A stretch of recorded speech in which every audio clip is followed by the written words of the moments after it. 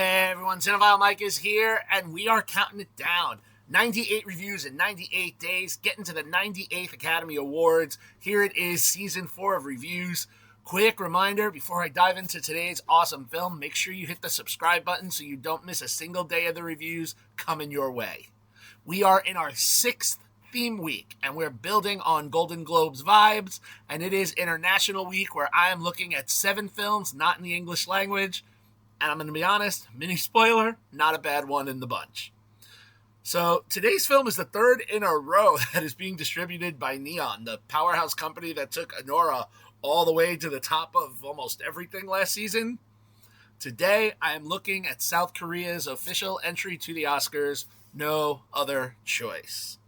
Written by the team of the film's director, Park Chan-wook, Lee Byung-hun, Dan McKellar, and Jae Lee, based on the novel The Axe by Donald E. Westlake, the film premiered at the Venice Film Festival before opening on theaters on Christmas Day. And what a Christmas film to have released.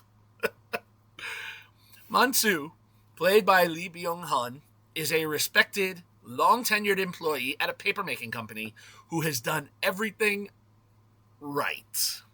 He's well paid, owns his childhood home, and lives comfortably with his wife, Miri, played by Son Ye-jin, her teenage son, Si-won, played by Kim Woo-seong, whom he has adopted, their young daughter, Ri-won, played by Choi So-yul, and, of course, their dogs. But when an outside corporation buys out his company and abruptly lays him off, Mansu's carefully constructed stability collapses almost instantly. Certain he can reclaim, his place in the industry, he promises his family that this setback, it's only temporary. As months pass without progress, the family is forced to make painful adjustments. Mansu takes low-paying retail work, the household tightens its budget, and the pressure mounts from all sides, financial, emotional, and, not surprisingly, psychological. The home Mansu cherishes is suddenly at risk, and the humiliation he faces in job interviews only deepens this growing resentment that they're just viewing him as the old guy out to pasture. Meanwhile, Miri steps into the workforce herself, doing what she can to help keep the family afloat as, their roles begin to quietly shift in the house. What begins as a grounded portrait of job loss slowly veers into something darker and stranger. As Mansu fixates on reclaiming control, his desperation pushes him toward increasingly extreme decisions. No Other Choice uses this unraveling to explore how fragile your dignity and, the inside of you can be, is tied entirely to labor, and what happens when survival instincts collide with buried anger and long-suppressed fantasies. Lee Byung-hun, he's extraordinary here, and the film simply it doesn't work without him. He creates a character who is deeply flawed and constantly making the wrong choices, yet somehow remains compelling and oddly sympathetic. You're conflicted watching him spiral. You feel for him, you understand his desperation, and yet you're also relieved when certain outcomes unfold, and then you want to just jump out of your seat and yell during others. And that tension is what makes the performance so effective and what keeps the film watchable even as it ventures into very dark territory. What really stuck with me, though, I have to say, it's how universal the story feels. While it centers on a patriarch trying to provide for his family, the film taps into that much darker psychological space. Those kinds of thoughts and revenge fantasies. Comedies that we have like Office Space, Horrible Bosses, 9 to 5. It's things that they flirt with but never fully commit to. However, those fantasies are allowed to breathe and to manifest, and here the result is both unsettling and strangely funny. You're never laughing as I say this. You're never quite sure if you should laugh. I mean, I did often, and sometimes in the theater when I saw it, I was the only one laughing. But that discomfort feels very intentional. This is exactly what dark comedy should be. Park Chan-wook once again proves how adept he is at keeping an audience off balance. The script is a masterclass in dramatic irony, constantly letting us know much more than the characters do, letting us see characters with knowledge that they're not sharing, which creates this kind of sense of unease that never lets up.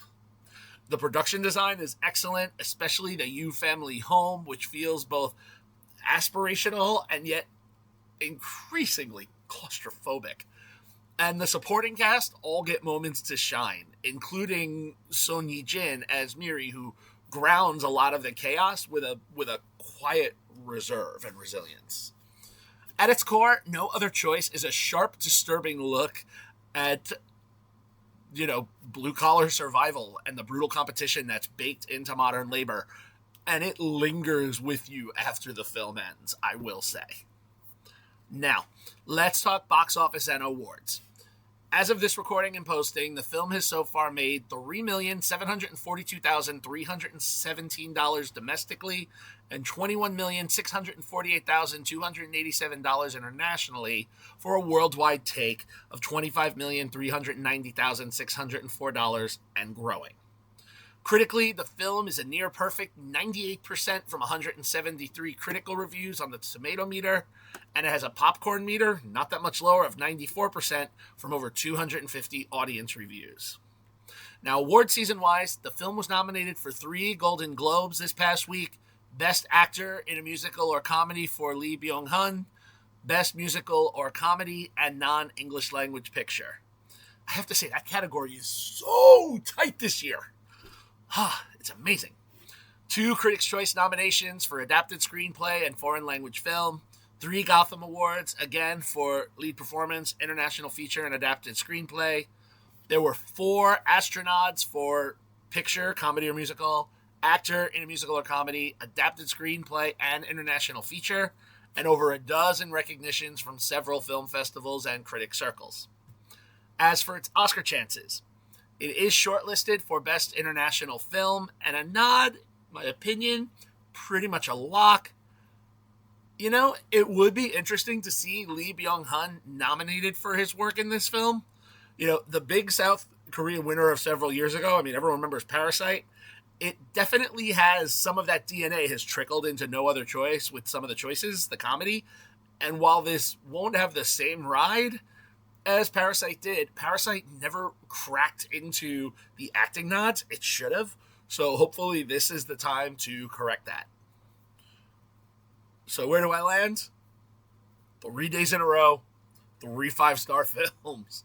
No Other Choice is such a necessary watch, and you should head out to the theaters, which is the only way to see it as of this recording and posting. I know, 3 5-star films in a row. I don't give everything 5 stars. This is just an amazing set of films. Look, let me wrap it there. Thank you all for joining me for episode 38 of Awards Season Reviews. We're going to be doing this for the next 61 days. We're counting it down. Wait, 38, 60 days. Haha, I know math. Please stay with me. Be sure to like the video, subscribe to the channel, share it with your friends, drop your thoughts in the comments. You can follow me everywhere on social platforms, on Letterboxd, and of course head over to my website, cinephilemike.com, for lots of great additional movie reviews, interviews, movie goodies, all the fun stuff.